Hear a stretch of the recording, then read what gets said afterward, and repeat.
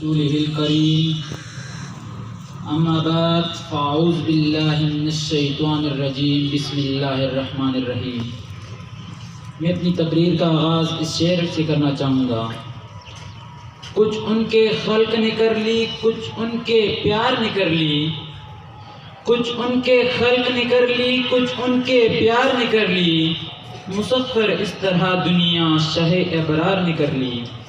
میرے انتہائی واجب الاحترام ہیڈ ماسٹر صاحب، محترم اساتذہ کرام اور میرے پیارے ساتھیوں، السلام علیکم۔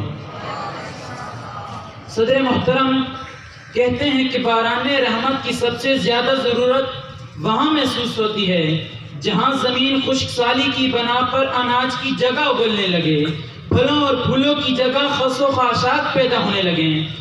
عرب کی ایسی ہی سرزمین پر آپ صلی اللہ علیہ وآلہ وسلم صاحب رحمت بن کر تشریف لائے۔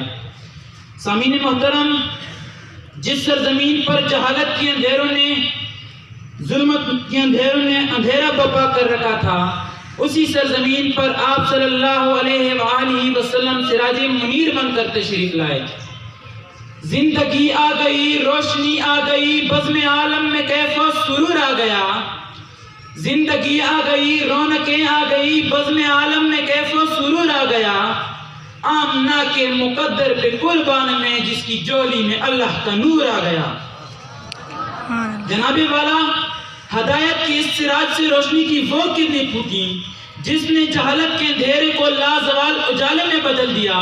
راہزن راہبر بن گئے، بے حیاؤں کو شرم و غیرت کا شعور حاصل آیا، قاتل مسلح بن گئے، بے سہاروں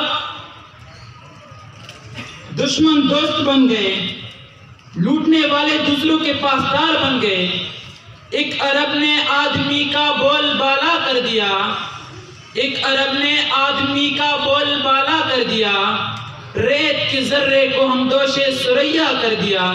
خود نہ تھے جو راہ پر اوروں کے ہادی بن گئے، خود نہ تھے جو راہ پر اوروں کے ہادی بن گئے۔ کیا نظر تھی جس نے مردوں کو مسیحا کر دیا۔ جناب والا، ہر دور کے مسلمین کے مقام مرتبہ کا تعین کرنے کے لیے عظمت انسانیت کے معیار کو پیش نظر رکھنا پڑتا ہے، مگر میرے حضور کا اسوہ زوال اس بلندی کو چومتا ہے جہاں انسانی ذہنوں کی تخلیق کردہ تمام معیار دم توڑ دیتی ہیں۔ ماہر یوسف مشہور ہے، دانائے داؤد بھی زبان زد عام ہے۔ حضرت یوسف علیہ السلام کی پامردی، حضرت شعیب علیہ السلام کی شفقت، حضرت ابراہیم علیہ السلام کی نرم دلی، حضرت یعقوب علیہ السلام کا حوصلہ اور حضرت یوسف علیہ السلام میں خاکساری کے اوصاف تھے، مگر میرے آقا حضرت محمد صلی اللہ علیہ وآلہ وسلم ہم اوصاف سے معصوم تھے۔ یا صاحب الجمال و یا سید البشر، یا صاحب الجمال و یا سید البشر، من وجهك المنیر لقد نفر القمر، لا يمكن الثناء كما كان حقه، بعد از خدا بزرگ تو ہی قصہ مختصر۔ جناب والا، آپ صلی اللہ علیہ وآلہ وسلم کی آمد سے پہلے انسانیت جبر کی چکی میں سسکیاں لے رہی تھی، طاقت کا قانون دنیا کا طور امتیاز تھا، بے سہاروں کو ظلم کی عطا گرائیوں میں ڈال دیا گیا۔